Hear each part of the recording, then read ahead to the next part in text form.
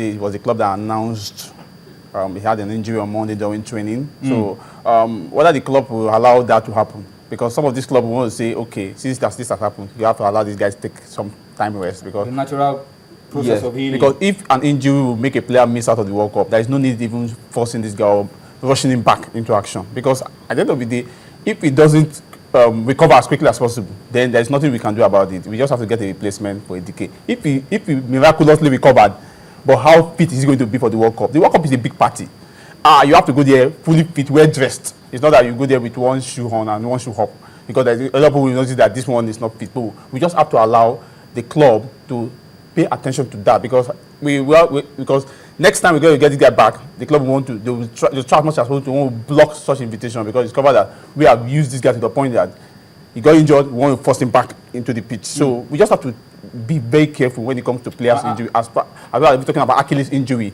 because that is a much usually serious this kind of injuries. one. When you get this kind of injuries, you hardly come back. I mean, people say you hardly come back to the same form that you are. But for this man, he's a young lad.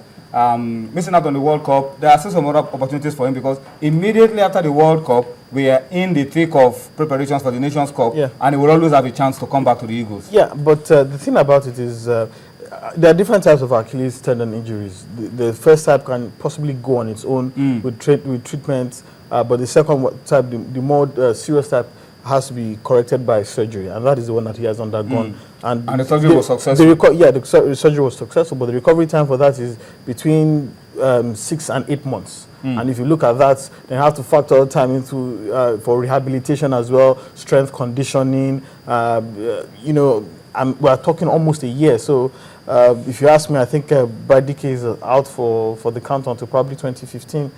Maybe he might just be in line for the Nations Cup in Morocco. Maybe because sometimes the rate of recovery of these athletes differ from individual to individual. But it's not looking very pretty for Brad Dike right now. Okay, well, Brad Dike may not be ready on time for the World Cup in Brazil later this year. Over 100 days to the World Cup in Brazil 2014.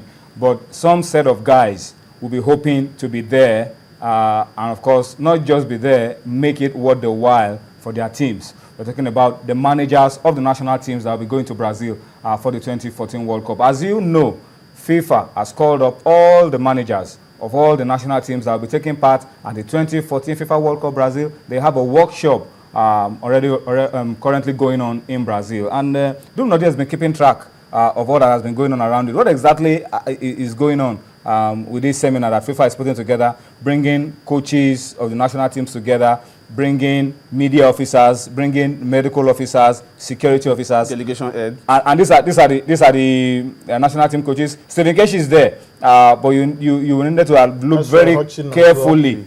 So this is that you can see Stephen Keshi, African's coach of the year, just behind at least for just yeah.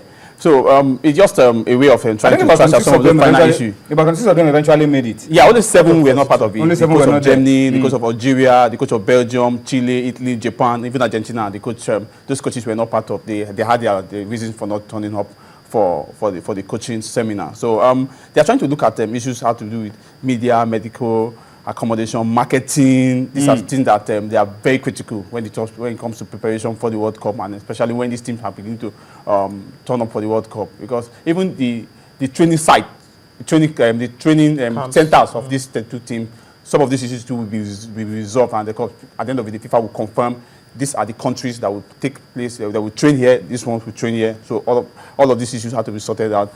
Because it's ending tomorrow. Today they have their security, the meeting for the security seminar for today. So tomorrow is going to be concluded. All right. Okay. What we'll do probably is allow you to listen to some of the coaches. They said a few things building up to the World Cup. They had a few things to say. So we just pause a little bit, allow you to listen to some of the coaches. Unfortunately, Keshi wasn't one of them, but then you can listen to some other coaches as well, and then we'll come back for more on Sports Tonight.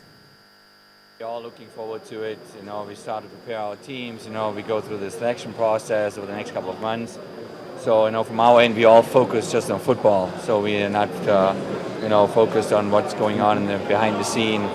We all expect an amazing World Cup, in in the country of the 5 times winning champion. So I think it can't get any bigger than this. I hope we will have a good situation with the construction on the airport, with the construction in the stadium, because I am a little bit afraid, you know, because we want that this World Cup will be very nice, and I hope there are not too much difficulties, because it's a little bit difficult now, but we are going also to go straight because this is a really good competition. There's no distractions for me. My concentration is on the team and on the game and on our preparations for the game and all the other things that may or may not be going on, and no distraction for me at all.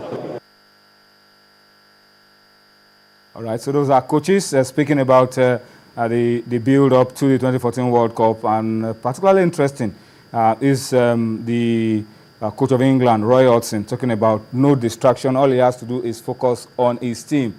And by extension, I want to ask, I mean, can Keshi honestly say that he doesn't have any distractions ahead of him? Nothing to worry about as we look forward to the World Cup?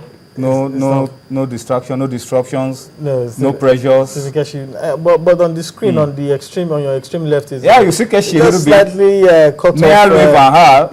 And just above Paulo Bento, coach of Portugal, and just behind him as well is Kwesi Appiah of Ghana. So I mean, let's be candid. This is Nigeria. Keshi is looking so calm, so confident. Now we are seeing a little more of him showing in the pics. It looks like a man who is ready to take on the world. Keshi has always been particularly smooth, smooth gentleman.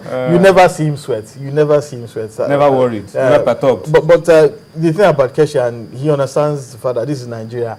Anything and everything can happen. He would be a fool to tell you that his job is secure. He would be a fool to tell you that. I mean, it happened in Togo. He qualified a nation of unknowns to the biggest party in global sports, and yet he was sacked. So, I mean, hell, it could happen to him. But I think Keshi is a smart man, and he's quietly hedging his bets. Really, really ensuring that everything that he does at this point in time will leave no gaps for anybody to, start bringing in any other agenda from the back door. But Stephen Keshi is a man who I think was born under a dog foot star. He has been extremely lucky, but talented in the way he has gone about revamping the fortunes of the Super Eagles. Can you say the same, Dumnodi? Can you say exactly what Tunde is saying about Keshi? No distractions. All he has to do is focus on the team. No pressures. Nobody is breathing down his neck and telling him, look, you got to get this guy on your technical team. You have to get this player on your technical team. Can Keshi, I mean, talk as confidently as Roy Hodgson? Roy Hodgson also has his own fair share. I mean, they just told him, John Terry wants to, are you bringing him back? He says, no, the door is shut. They are flying in media kites. It happens everywhere. Everywhere. John Terry, is he in? The same pressures everywhere. I don't envy him at this point. How I wish that was the case for Keshi. As Tunde has mentioned, at least we would have, probably the guy would have been even that smile you saw would have been much better. I mean, if you knew that everything was okay. Just to make you camera friendly, so that you have to put up a smile so that you don't put up that kind of emotion that something is back home, something there's a lot of pressure back home. But because the event of the last few days have not been very palatable for Keshi. The news of whether you have effect, whether it's an assistant. No, but NFF have come out to clarify. No, whether it's an assistant. I'm not saying. I see the news and the rumors and everything that's going on, and the kite that has been flown left and right, and the argument that generated among Nigerian fans and everything for and against whether it's an assistant, is it a foreign technical assistant, is it a foreign assistant? So all manners of words coming in, or an assistant of all sorts, or is it? So I think we just have to play that to rest, because the World Cup we are getting to the point where. Because that was the same way even Amadi Shabu felt after the Nations Cup. But the Nations Cup was just the slaughtering start for him, because if he had gone to the Nations Cup to win, then and the advantage for Keshi is that the Nations Cup was aired not on the World Cup year. That would have been much. That's not an advantage for him. It would have given them enough rope to tie him, but then he went to the Nations Cup and the World Cup is coming up over a year after. So let's hope that Keshi is free of all worries. Really, let's hope so. And he says that he has become a prayer warrior. He now fasts a lot and prays so that key members of the team will not get injured. But I mean, injuries are part of the game, and maybe he needs to fast a lot more. But I'm happy that Keshi is looking a lot fresher than what we saw at the African Nations Championship. He's looking a lot fresher. He's maybe well rested, no pressure. He's on holiday. So that's the kind of look we want to have going into those crucial months that lie ahead of us for the World Cup.